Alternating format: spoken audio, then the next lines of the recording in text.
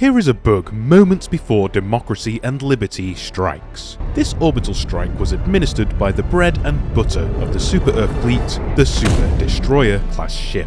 I tested all these orbital strike stratagems to show you how best to use them to see which are the most useful, but more importantly to decide which is the coolest. Think of these on the battlefield as Super Earth's version of normal Earth's old World War II battleships, but upside down and in space, or AC-130 aircraft on steroids. These delivered powerful payloads and munitions from the air to the ground.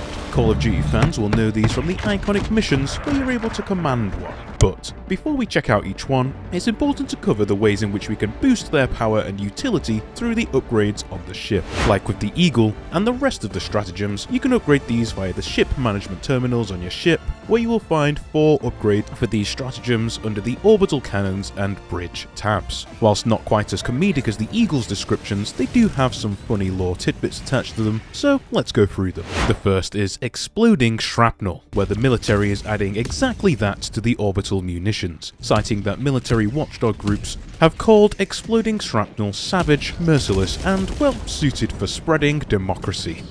Shrapnel injuries are secondary blast injuries that are inflicted outside of the ground zero. This is why in-game the upgrade increases the area of damage before it falls off, which is a pretty powerful perk to have, as it will just make all of the relevant stratagem more consistent, mainly the railgun, or have a higher chance of taking out targets, which is more important for the barrages, which are already a gamble, but we'll cover that later on. Next up, we have more guns, which, well, does exactly what it says on the tin. It mentions after years of research into improving the Super Destroyer's firepower, the Ministry of Science concluded the most effective method was adding more guns. More guns equals more democracy, right? So this upgrade increases the salvos of all barrage orbitals by 1, meaning that the Gatling barrage goes from 32 effective rounds to 40 effective rounds, which are denoted by the small impacts on the ground. The walking barrage from 3 salvos of 3 rounds to 4 salvos of 3 rounds. The 380mm HE Barrage from 5 salvos of 3 rounds to 6 salvos of 3 rounds. And the 120mm HE Barrage from 5 salvos of 3 rounds to 6 salvos of 3 rounds as well. This is essentially just a flat increase to their damage potential, which is really nice to have if you ever want to take these stratagems into battle, as it will make them more reliable on the battlefield. Thirdly, we have 0G Breech loading, which replaces the current method of loading cannons, manual shell insertion down the front of the barrel, with rear loading, which is much faster. First off, I'd really love to see how the officers managed to manually get the giant 380mm shells, which would be about the size of an average human, into the barrel of the cannons on the underside of the ship. That would be a sight to behold in itself. If anything, for your crew's sake, please purchase the breech loading upgrade for them, which will make loading of the cannons much easier. Less crew lives risked and more enemy lives perished for democracy. Anyway, I tested these by observing footage frame by frame to get the numbers as accurate as possible. The stratagem cooldown starts the moment it switches from inbound to impact, plus or minus a few frames. For consistency, I rounded up to the nearest 10th decimal, and the numbers are consistent with what are on the stat sheets. This upgrade reduces all orbital stratagem cooldown times by 10%. I'm going to throw all the differences on screen now to save you the burden of me reeling the numbers for 11 stratagems. The time savings don't seem significant on paper, but trust me, you'll feel that difference when you're in the heat of battle. Finally, we come to targeting software upgrade. We all know real-life software and applications usually have a free and premium package, which usually involves removing adverts from your experience amongst other things. It's no different in the future on Super Earth, where apparently military contractors burden some super destroyers by making them pay for the privilege of better software.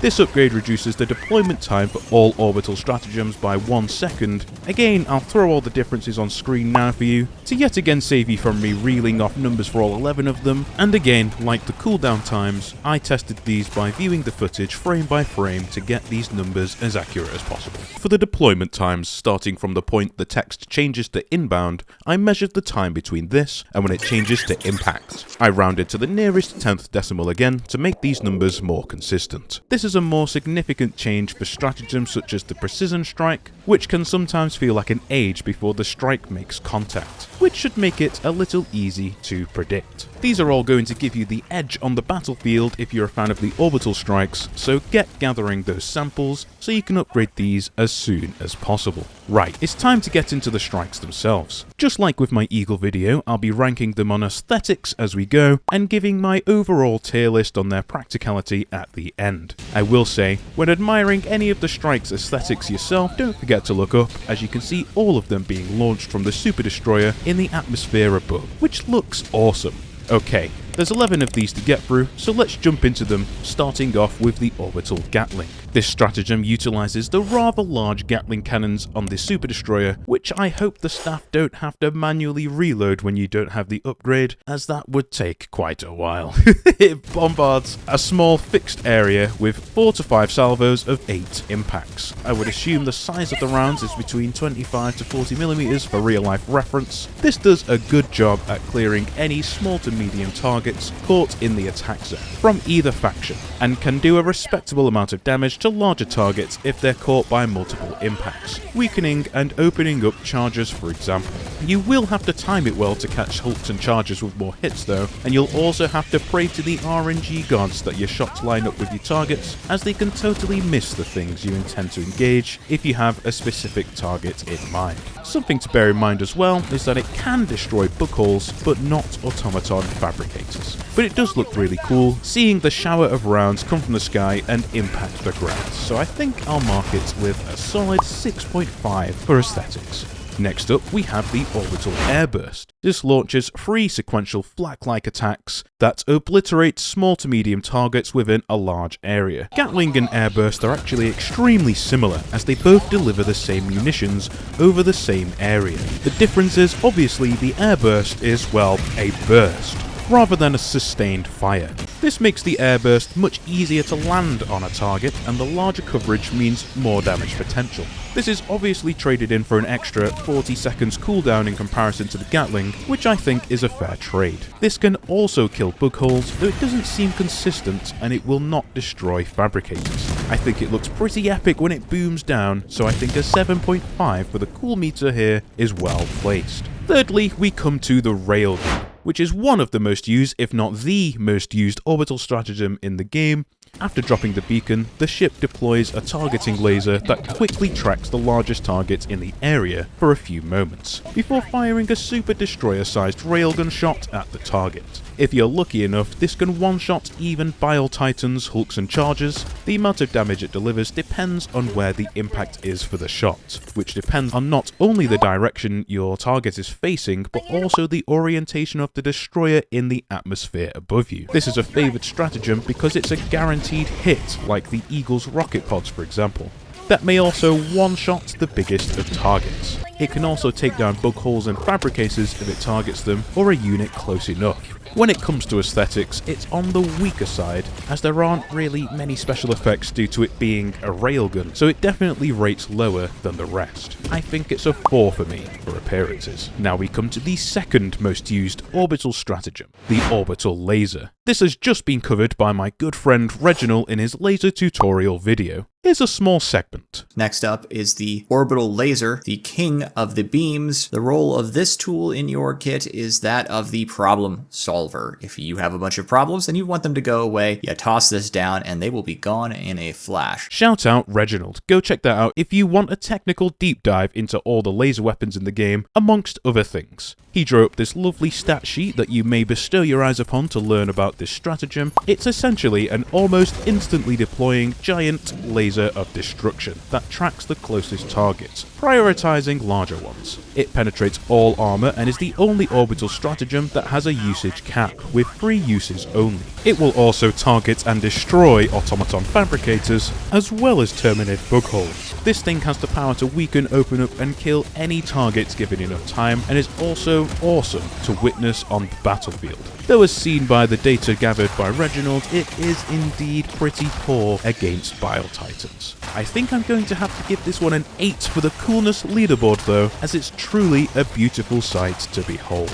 Next up is the Orbital Gas Strike. This deploys, well, a cloud of gas in a decently sized area, dealing damage over time to the targets inflicted within, and is absolutely one of the most underrated orbital stratagems in the list, at least I feel so. This is absolutely excellent for Terminate, as it will eliminate most threats from a bug breach with ease, and with its low cooldown of just over a minute with the upgrade, you'll have this ready almost every time you face one of those. On the side of the automatons, it's decent at clearing smaller targets and okay for medium targets such as Devastators. Another quirk though that this thing has is that it can destroy bug holes and fabricators. Yep, you heard it here, the gas strike will destroy structures if you hit it on target. You just need to make sure you throw it right at the door with fabricators, as it won't destroy them otherwise. The green explosion and haze it creates looks pretty cool as well, so I'm going to give it a solid 6 for aesthetics. Now we have the first of two support orbital strikes, the Orbital Smoke Strike. This is likely the least used orbital stratagem of the bunch due to how niche it is. It does exactly what it says on the tin,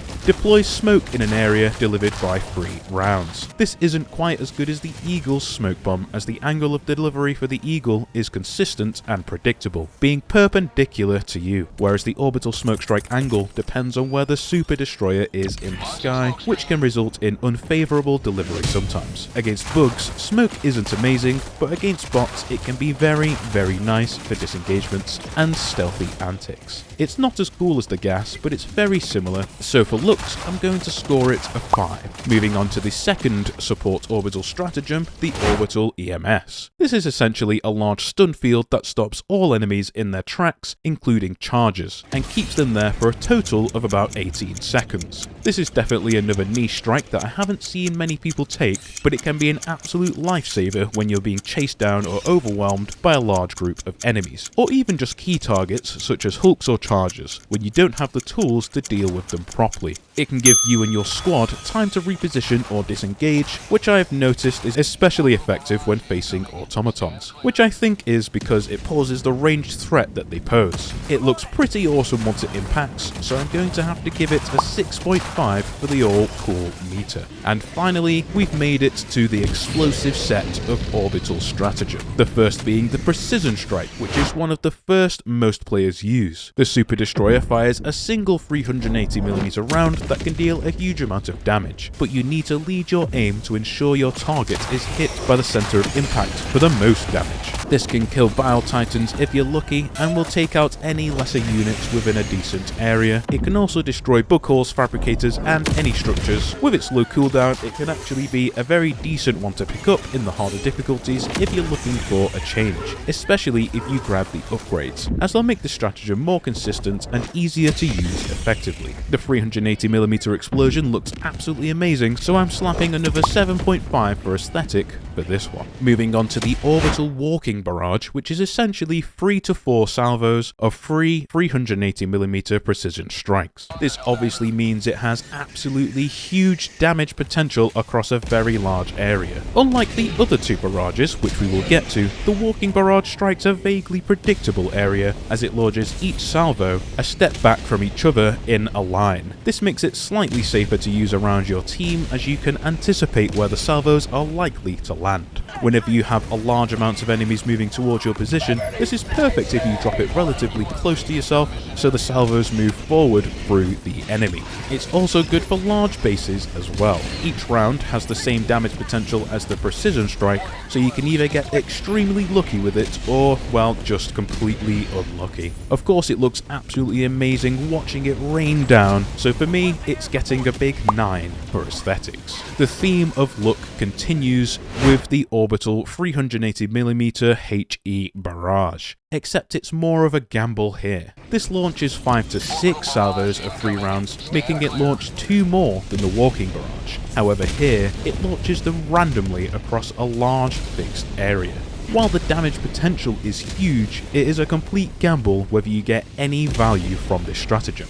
Ways in which the gamble could be lessened in a good way would be maybe to have the first round impact close to the orb location, so there's always a level of value you can get from using it. Let me know if you would alter it in any way to make it more consistent, because as of right now, it isn't used very much. The unpredictability of the strikes also makes it really good at deleting your fellow divers from existence if misused. Your best bet is to throw this into large bases or areas of enemies before your team is able to engage the location, and pray for democracy that the officers aboard the Super Destroyer aim to actually hit something during the barrage. I do have to say it looks absolutely amazing watching the salvos impact just like the walking barrage though, so I think it deserves another 9 for aesthetics here. And finally, we come to the Orbital 120mm HE Barrage, which has the exact same amount of salvos as the 380, except it's delivered in a smaller area. Each impact does less damage per hit, but is generally a little more consistent at actually delivering its damage in comparison to the 380 due to the tighter impact area. It also fires each salvo much faster, meaning you're less likely to have your targets exit the impact area before potentially being struck, which helps a lot. Though it's still plagued by inconsistency, as even in the description video it only kills about 12 of the roughly 37 enemies, most of which were small units, which isn't a great demonstration of its usefulness. It can be good against both bugs and bots if you find an area that it can be used to the best of its ability, such as a medium to large base, as the impacts will also destroy bug holes and fabricators as well. It's pretty cool to see it rain down, just like the 380 barrage, but due to the smaller explosions, because you know bigger explosions are more fun, I'm giving it an 8 for aesthetics, placing it under the 380mm. Just some quick tips for using the orbitals. I've mentioned it a few times in the video already, but it's good to be aware of where your Super Destroyer is in the sky, as this will determine the strike angle for all the orbital attacks. Sometimes a small cliff may completely block your strike from its intended zone due to where it was fired from, which can be very frustrating. And the orbital strikes also do not share a refresh cooldown like the Eagles, so if you have more than one, you can chuck all of them into battle if you really want to. With that all said and done, here is my tier list solely for all the orbital strikes, not taking into consideration anything else in the game, the laser and railgun taking S tier with the airburst and gas in A. I think for me the gas crept up from B due to how low its cooldown is and the fact it can destroy fabricators and bug holes. To be honest, there could be an argument to put it in S tier because of this. The precision strike for me took B, as it's just a solid decent pick. In C we have the walking barrage and the Gatling, with both HE barrages taking D. The walking barrage took a position higher due to it being slightly more predictable in its pattern in comparison to the HE barrages, which are just too random to reliably give them a higher position in my opinion. But that's not to say they can't deliver S tier results some of the time. The Orbital Gatling took C because while it does have a relatively low cooldown, it never usually takes out many targets, and I'm not sure I'd ever take it over the Airburst for the role it delivers. I threw the EMS and Smoke into a dedicated niche tier. I did this with the Eagle Smoke Bomb, as Smoke can be very good, but it's really playstyle dependent, and I would say the same for the EMS. Usually destroying something is better than stunning it though, so maybe I would put it C on second thought. And then we have the leaderboard for aesthetics, the metric of coolness. I think this proves, well, at least for me specifically, that more and bigger explosions equals more fun. With the 380mm barrage and walking barrage taking top spots. Do you agree with this aesthetic leaderboard? Drop your opinion in the comments. Did the railgun get ruined here? Maybe, I'm not really sure. Let me know. Let me know if you enjoyed this format. I have some more deeper dives similar to my arc thrower video on the cards as well. Drop a subscribe if you enjoyed it, and I'll catch you in the next video.